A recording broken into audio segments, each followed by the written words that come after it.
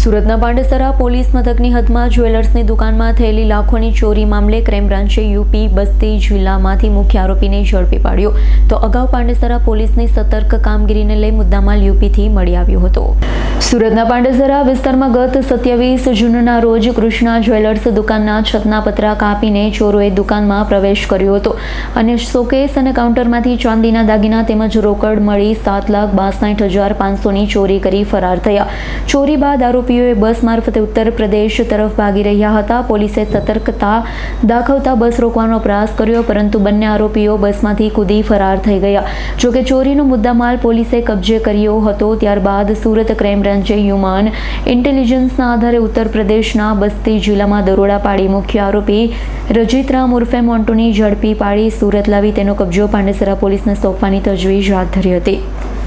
ગત તારીખ 27/6/2026ના રોજ પાંડેસરા પોલીસ વિસ્તારમાં કૃષ્ણા જ્વેલર્સની દુકાનમાં 7,62,500 રૂપિયાની મત્તાની ચોરી થયેલ હતી। ચાંદીના વાસણો અને રોકડા રૂપિયા મળી 7,62,000ની ચોરી થયેલી। જે ચોરી અનુસંધાને પાંડેસરા ડિસ્ટાફ એક્ટિવ થઈ અને આરોપીનો પીછો કરી કાનપુર જતી બસમાં આરોપીને આઈડેન્ટિફાય કરેલ અને જે તે પોલીસ સ્ટેશનમાં ઉત્તર પ્રદેશમાં આરોપીને આઈડેન્ટિફાય કરી ઉતારવાનું કહેતા આરોપી ત્યાંથી બસમાંથી ભાગી ગયેલો હતો। જે દરમિયાન એનો મુદ્દામાલ ત્યાં બસમાં રહી ગયેલો હતો। પોલીસ સ્ટેશનમાં એ મુદ્દામાલ જમા કરાવ્યો હતો બસવાળાએ।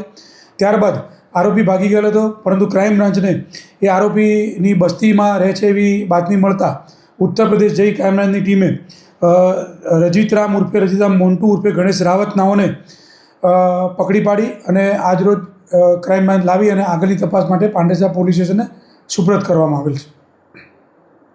Bureau report S9 news Surat.